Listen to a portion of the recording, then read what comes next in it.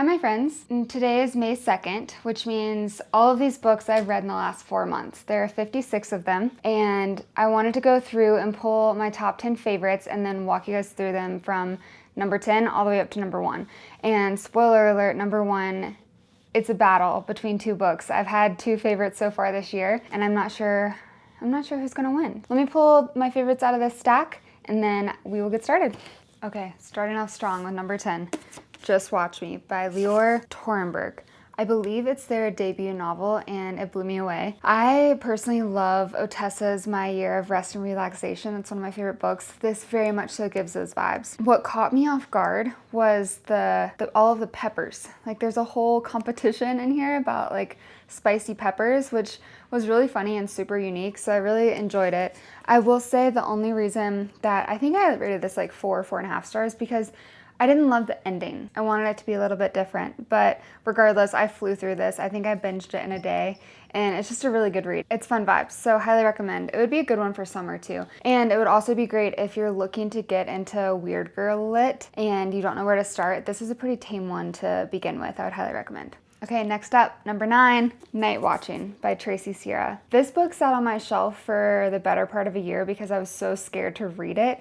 Because it's like home invasion, like that's the whole premise of the book, and that scares me in the real world. And so it took me a long time to be brave enough to pick this book up, and it was just as terrifying as I thought. I was sweating when I was reading this, but I also couldn't put it down. It is set, I think, like in a rural town, and it's a big house, like an old house, and so it's creaky and all of that. But she also came out with a second book this year called Warning Signs, and that one was about a son and a father in a backcountry ski hut trip in Colorado. And both of them are set in winter, so I definitely think it's a good winter read, but it's definitely terrifying. I highly recommend. I can't remember, I'm pretty sure I definitely rated this 5 stars. If you like thrillers and you like horror, because it's a little bit of both, I feel like it leans more towards thriller, but it's pretty scary at the same time, so highly recommend.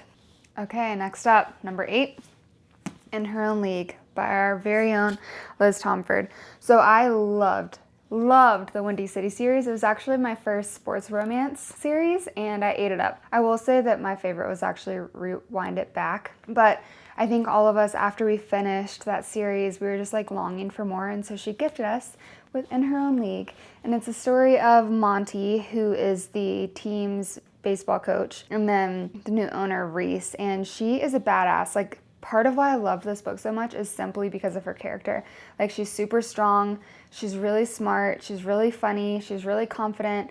And so honestly, like if it was just her story without any kind of romance, I would have been super into it. But then you pair it with her and Monty, they have this like forbidden romance, and he's older than her, and he's just very much like a protector. And so anyway, I consumed this so quickly. It hit the mark. It was more than I ever anticipated. So I would highly recommend it. Super cute. And I definitely gave this one 5 stars as well. And embarrassingly enough, number 7 is also a sports romance. So I started the DC Stars series with Face Off. I loved this book. I don't know if it's because I'm an athlete, but I just really love sports in general, and so sports romance opened up a whole new world for me. And this one in particular, she is the first NHL female hockey player, which we all know doesn't exist in real life, but for the story's sake it does. It's just really cute. Everything about this book I loved. And then I started reading the rest of the series, and I love the series just as much. So I would highly recommend.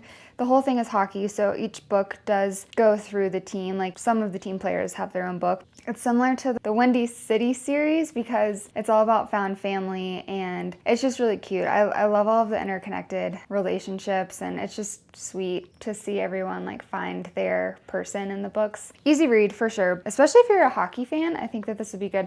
It's pretty hockey heavy. Like it talks you through the games and all of that, so it's not only romance. Okay, coming in at number 6, we have In the Veins of the Drowning by Callie Cassidy. I talked about this book in my 24-hour readathon, I think. This one caught me by surprise. I am really picky with my romantasy, and this one drew me to it because of sirens. Like, that's a thing I've never really read about, and it surprised me. I really liked it. There is some romance for sure, but I also just really like the FMC and just the whole whimsical nature of sirens and the way that they're described. Like, I had no idea that they had wings, which I thought was really interesting. So Yeah, this one was fantastic. I'm pretty sure I also binged this one. And what's exciting is book 2 comes out in June, I think. June or July, so we're almost there. And also the cover is so pretty. The cover for book 2 is red with similar like gold foiling, and so I'm really excited. They're gonna look very pretty together. Highly recommend if you like romantasy. And even if you don't like romantasy, it's kind of dark, so if you're into like, not necessarily dark romance, but like darker gothic fantasy books, you would definitely like this. All right, number 5, halfway through, we have Lost Lambs by Madeline Cash. So this was recommended to me by one of my buddies that works at the King's English, and he had said that it's very reminiscent of Wes Anderson, which I totally agree. I also, at the same time, when I read this, I was also watching the show DTF St. Louis, and if you have watched that, it's basically the perfect marriage between a Wes Anderson film and then DTF St. Louis. Like, the humor in it is extremely dry, and to be honest, like, as you read it, you have no idea where it's going, which makes it half the fun. The characters are super lovable. If you like dry humor and you like to be surprised with a plot, because the plot really kind of didn't go anywhere until the very end, it all came together. Yeah, it's a fun read. You just, like, I had a smile on my face the whole time just because it's kind of so silly, but at the same time it's so dry, and so perfection.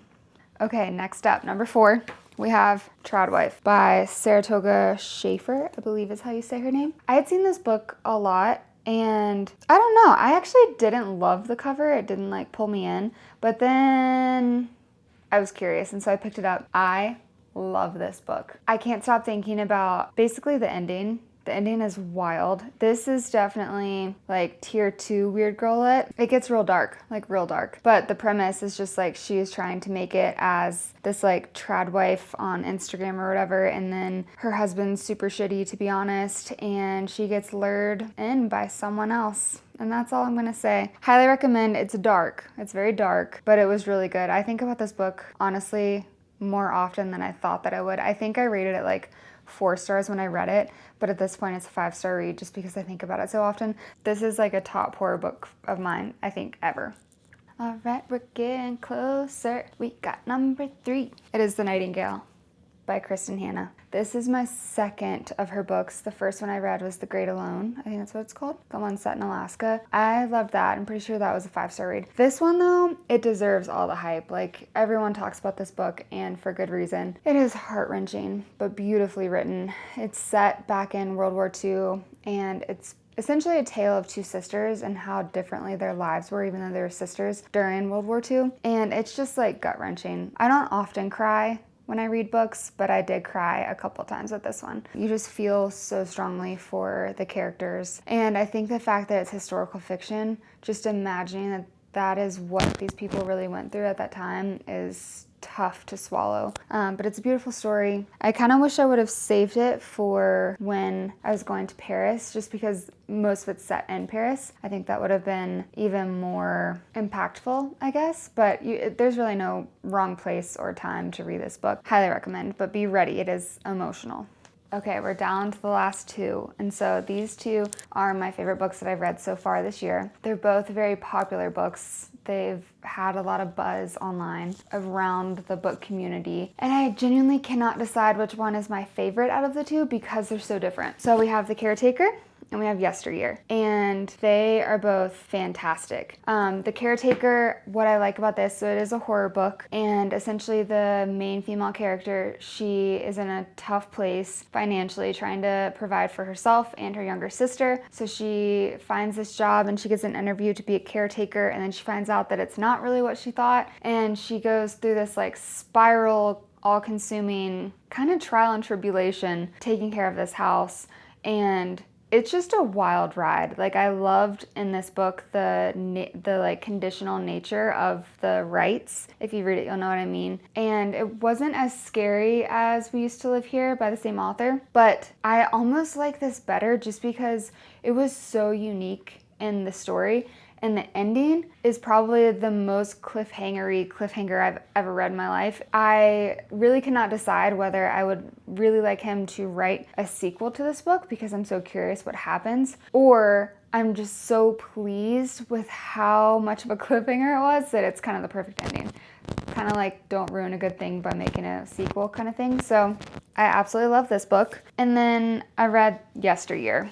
And I had seen this just on like the new releases for April a while ago, and I had pre-ordered it. And then as it got closer to the release date, I kept hearing more and more about it, like more people super excited. And when I read it, I binged this in a day. I could not put it down. It's her debut novel and it knocked it out of the park. In this book, I think what I liked so much, so there are it goes back and forth between two storylines. It's like present day, her living on this 1800s farmhouse land, trying to make sense of like how she got there, and her like everything that led up to that. And it was great. It was also funny in a dry sense of humor kind of way. I did not guess the ending. I was impressed with the ending. I think it's a really good read. Part of me wants to say that this is my favorite, but I can't decide because The Caretaker was really, really good.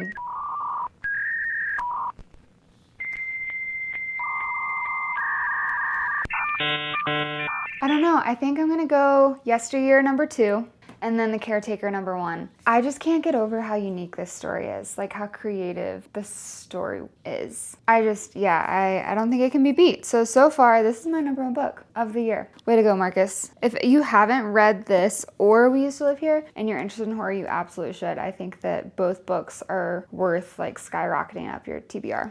All right, so now you have it. Those are my top 10 so far. I highly recommend all of them. I think there's a little bit of everything for everyone. So depending on what you like to read, I think there's at least one book that hits in this stack, other than I guess science fiction. And if you need a book for that, Project Hail Mary. If you haven't read it, you gotta.